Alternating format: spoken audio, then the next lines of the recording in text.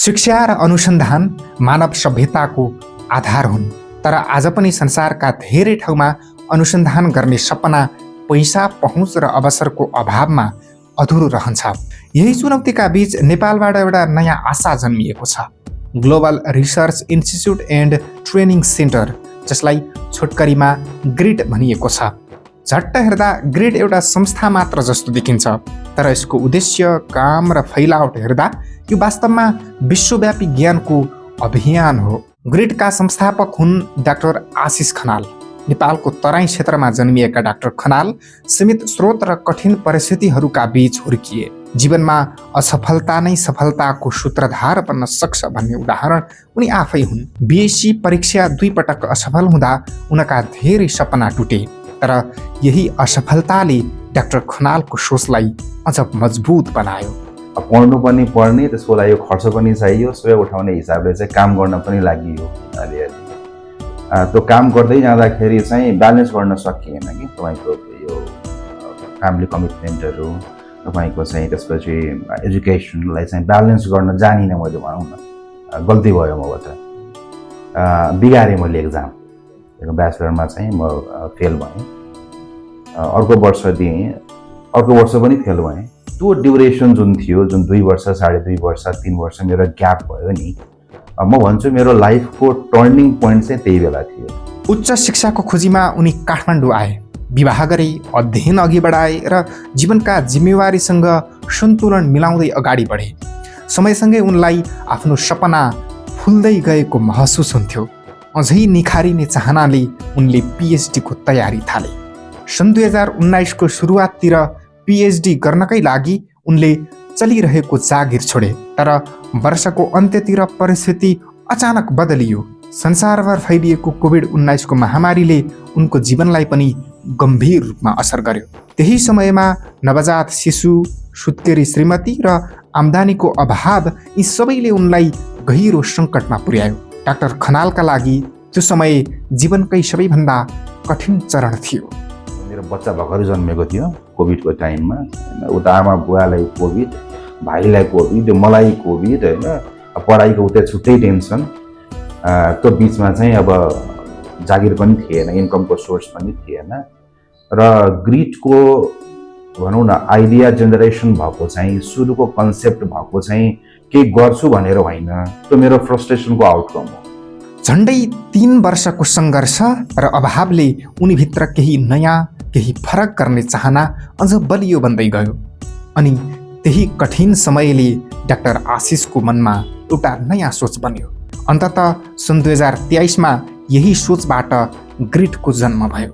सुरु गरौँ न त एउटा अनलाइन सेसन भनेर चाहिँ, जुम पनि चल्न थालेको धेरै त्यो बेला, कोभिडको बेला। अनि त्यहीँबाट चाहिँ हामीले सेसन राख्ने, एउटा सेसन फ्रीमा 1 घन्टाको। धेरै पार्टिसिपेन्ट नहुनुभयो, तर लिमिटेसन 100 मात्रै थियो मसँग। त्यसपछि लाग्यो कि अब हामीले पैसा लिएर पनि गर्न सक्छौँ भनेर we kept only 1000 rupees for 3 days session.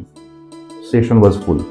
अनि रियलाइज भयो कि अब हामी अनलाइनमा जानुपर्छ र चाहिँ यो रिसर्च, पब्लिकेसन्स, राइटिङ, एकाडेमिक राइटिङमा चाहिँ सेसन्सहरू आवश्यकता रहेछ सबैलाई भन्ने कुरा मार्केटबाट स्टडी गरेर 3-4 महिनामा वी गेट टु नो। सानो प्रयासबाट सुरु भएको सोही अभियान आज विश्वव्यापी बनेको छ। ग्रिडले निशुल्क रूपमा अनुसन्धान परामर्श, तालिम र एकाडेमिक बहसहरू संसारभर सञ्चालन गरिरहेको छ। ग्रिडका सेमिनार, सम्मेलन र जर्नलहरूले अनुसन्धानकर्तालाई विश्व मञ्चसँग जोडिरहेका छन्। आज ग्रिड 50 भन्दा बढी देशमा फैलिएको छ र 200 भन्दा बढी अनुसन्धान विशेषज्ञहरू यस अभियानसँग आबद्ध छन्। जसले हामीसँग सर्भिस लिनुहुन्छ, चाहे ट्रेनिङको पार्ट लिनुहोस्, चाहे डकुमेन्ट एडिटिङको पार्टहरू लिनुहोस्, वा थेसिसको गाइडेन्सहरू लिनुहोस्, जर्नलमा पब्लिकेसनको लागि सपोर्ट दिनुहोस्, यस्तोको चाहिँ मलाई लाग्छ 5000 प्लस रिसर्चर्सहरूलाई चाहिँ डाइरेक्टली हामीले सपोर्ट गरेका छौँ। यो बाहेक अब विभिन्न तपाईँको सेमिनार्सहरू, कन्फरेन्सेसहरू जुन ग्रिडले गराउँछ, वर्कसप्सहरू गराउँछ, फ्री वेबिनार्सहरू गराउँछ हरेक देशमा, त्यो सबैको जोड्ने हो भने त मलाई लाग्छ हामीले 20,000 भन्दा बढीलाई चाहिँ फ्री अफ कस्टमा सर्भिसहरू दिइसकेका छौँ पछिल्लो 3 वर्षमा मात्रै। मेलको बक्समा गएर चाहिँ हजुरले त्यहाँ यसमा चाहिँ फिल्टरमा गएर मेल मात्रै चुज गरिदिनु होला, अनि फिमेलमा गएर चाहिँ फिमेल मात्रै चुज गरिदिनु होला। त्यो गर्नुभयो भने हजुरले त्यहाँ ओके क्लिक गर्नु त हजुरले त्यहाँनिर त्यसपछि हजुर माथि एउटा फिल्टर हो हजुरले त्यसलाई हाइलाइट गर्नुभयो पैसा भूगोल वा पृष्ठभूमिका कारण कसैको अनुसन्धान गर्ने अधिकार खोसिनु हुँदैन। ग्रिडको सबैभन्दा ठूलो शक्ति यसको समावेशी सञ्जाल हो। यहाँ विद्यार्थी र अनुसन्धानकर्ता बीच कुनै पदीय सीमा छैन। सबै बराबर छन्, सबै सिक्ने र सिकाउने यात्रामा सहभागी छन्।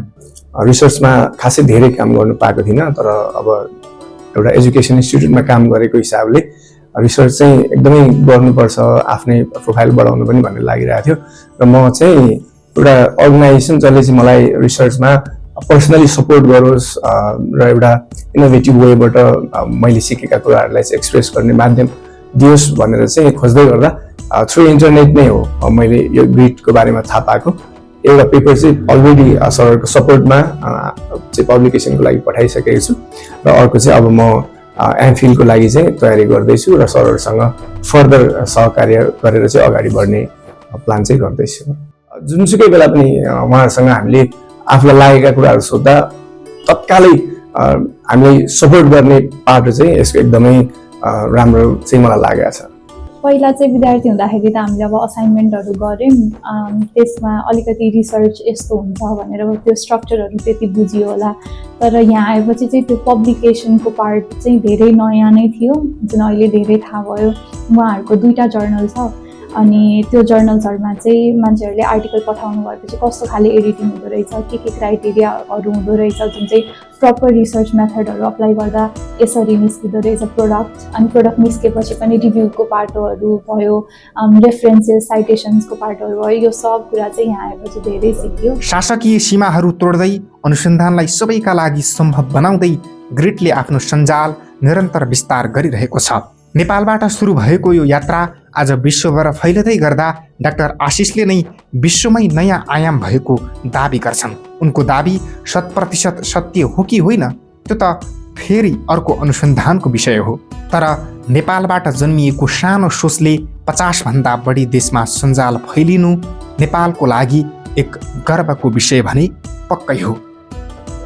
जस्तो सुकै जुन एजको जुन फिल्डको भए पनि तपाईलाई कुनै किसिमको सपोर्ट चाहिन्छ भने ग्रिडमा वेलकम छ। आउनुहोस्, बसेर चाहिँ हामी मजाले गफ गर्न सक्छौँ। गफ गरेपछि सर्भिस लिनुहोस् नलिनुहोस् तपाईँको विचार होइन, त्यो कुरा चाहिँ। तर ग्रिडले चाहिँ एकाडेमिक सेक्टरको सबैलाई चाहिँ वेलकम गर्छ।